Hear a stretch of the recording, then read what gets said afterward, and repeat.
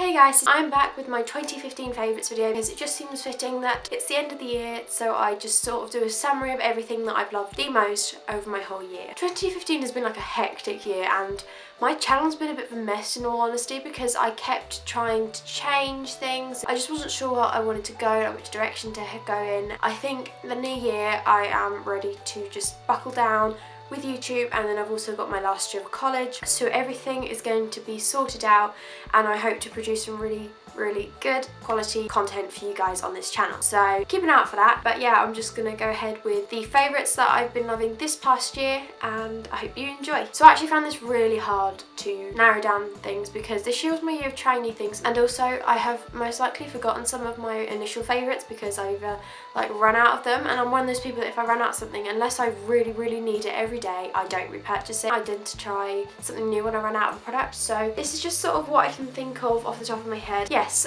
mostly makeup, so I'm just gonna go ahead with all the beauty products. One of the most obvious products I have to show you is the Garnier Micellar Cleansing Water. I've had Bioderma, I've had the L'Oreal one, and as much as I did love my Bioderma, when I ran out I did go back to this because this is what, £3 something, and you can buy this in most supermarkets and places like Boots and Superdrug. It's so easy to get hold of. In my opinion, it is just as good as the Bioderma one. I think if I do go abroad again soon and I come across a place that sells Bioderma, I will most likely purchase some, but this is just a lot easier for me to get hold of. So if I run out, it's less of a hassle and it's less money as well. So yeah, I just use this daily to remove my makeup if you watch my skincare routine. Yeah, that's pretty much all there is to it. Now, over this past year, I have acquired the Naked 1, 2 and 3 palettes from Urban Decay. So it was really hard narrowing down one because I do use them all a lot. Recently, I have realised that the Naked 1, the original, was probably my favourite, but I go through phases. I think I spent the majority of the year being obsessed with the Naked 2 colours. These tended to be my go-to colours. These are more cool-toned, browny, neutral colours, and I think some of my favourites from this palette in particular were Beauticool, because I still use this on like the inner third of my eye. Even if I'm not using this palette, I will go to this palette intentionally to find Beauticool. Tease, Busted and Blackout as well. I think they were sort of my most used ones because I found that things like these palettes are great to use for like day to night looks. Yes, I really had fun experimenting with the Naked 2, and if you haven't checked out any of the Naked palettes by Urban Decay, I definitely recommend it because the pigmentation of these eyeshadows is absolutely beautiful. They stay on all day and they don't crease or fade or anything, so definitely check these out if you haven't already. My Sleek Face Contour Kit is well loved. It's very grubby on the outside and the inside is very chipped, and it's just a mess because the amount of times I've dug my nails into this on opening is ridiculous, and I've hit pan on highlighter as well. It's just a mess, but I do love it because I don't think you can actually buy this anymore. I think they now only do the kit with bronzer, blush and highlight. I just find this is the best contour. It's completely matte brown and it's a really nice colour. I have mine in light and it's not too orange and it's not too muddy brown either. And then the highlighter is just beautiful and it's lasted me a long time as well, so I'm not going to run out anytime soon. Another item that is very well loved is my Maybelline Fit Me powder in the shade 120. This packaging is cracked and I've hit pan. I have repurchased this so many times. It is just my favourite powder. I am experimenting at the moment with a few different ones, but I do always find myself drawn back to this because I have very oily skin naturally, and I don't find any powder really can completely control the oil during the day, and I will have to top up no matter what powder I use. But this one I just find does have the best coverage and it doesn't make you look too pale if you use a lot of powder like I do. This is beautiful and I think it's only like £5, so it's easy to repurchase. This year when I went to Rome in the summer, I picked up the NARS Radiant Creamy Concealer in Chantilly. Words cannot describe how much I fell in love with this concealer. It has such a heavy coverage, it's beautiful, and I got the lightest colour. Even in the summer it was good just to use as like a highlight. Now in the winter when I'm pale, I can use this as just an under eye concealer. It is just amazing, and I've run out of this and I have yet to buy a new one because I can't face spending the money on it. This is amazing. If you are looking for a higher end, really good coverage concealer, the NARS Radiant Creamy Concealer is amazing. I of course have two MAC lipsticks to mention because, as you know, MAC lipsticks are a love of mine. I'm currently wearing a MAC lipstick and I will probably get a few comments like asking what it is. I showed it in my what I got for Christmas video. It's the MAC Matte Royal lip colour, and a lot of you said that you were really intrigued to see how it's worn, so I just wear it like this. It's just a navy blue.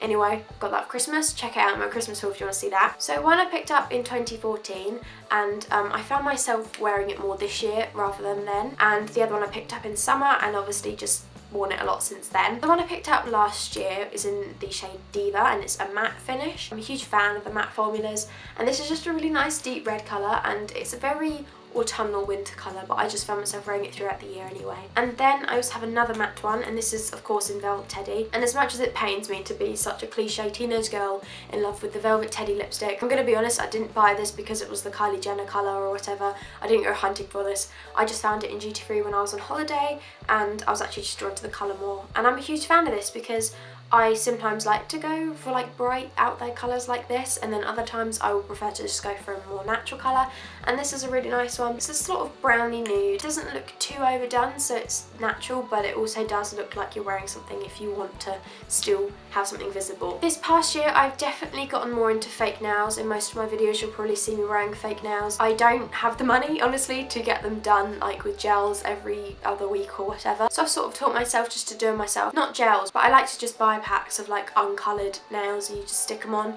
and then paint them yourselves. So I do tend to go for Elegant Touch ones, and these aren't the ones, these are a coloured pack, but I was just sort of showing the packaging. So they just tend to be this sort of packaging, and they're in the 002 oval ones. They're the ones I tend to go for because they're sort of a nice, slightly rounded shape, a bit longer than your natural nails. And I go for the ones that are slightly white but not clear, and then I'll just vary the colours. And the Elegant Touch glue is also my favourite. And then in terms of nail polish colours that I've been loving, I've unintentionally picked 4 MUA colours. They're all £1, which is amazing. First up, it's just a white one, it's in Whitewash. I do tend to wear white nails a lot. They tend to be my go-to colour because I just find them the most flattering on my skin tone. And then this one is Truffle Cream. It's quite similar to the nail polish I'm wearing at the moment. It's just like a brownie nude colour, and again this is another one of the go-to ones that I tend to go for. I then have Lavender, which is similar to a L'Oreal one that I fell in love with at the beginning of this year. It's one of those ones that's sort of mainly white, and then it's got hints of other colours. So this has got very, very light hints of purple in it, and it's gorgeous. It's really nice, and it's a really different colour, like you don't expect it on your nails. It just looks really pretty. And finally I have Fever Red. This is just a typical burgundy. Again, I think red nails are just very flattering. In terms of accessories this year, I've been watch obsessed. I'm currently going for a very silver jewellery phase, but over this last year I was definitely more on the gold side. So my 2 watches that I've worn this year the most are of course my Michael Kors watch, which is just gold, and I got this for Christmas last year. And the other one was from New Look, and it's one of the Casio style digital watches. So these are really nice because they're quite small and they're delicate, and they just look really jazzy on. In terms of other things, this year was definitely the year of Cool Lime Refresher Starbucks drinks for me. This summer I fell in love, like I discovered the Cool Lime Refresher, fell in love with it, and I had so many this summer I can't count, and I cannot wait till they come back. So if you haven't tried a Cool Lime Refresher in the summer months when they bring it back out again, I definitely recommend you going to Starbucks and checking out their Cool Lime Refreshers because you won't regret it. I've sort of struggled to narrow down like TV shows, books and music because I, like I've said, have changed so much this last year. Books wise, I think overall I discovered my love for Stephen King books, so the whole just generic Stephen King book genre I love, and I definitely have to be one of my favourites. I don't have a favourite specific book because I can't pick, but just Stephen King as a general author would be my favourite for the year.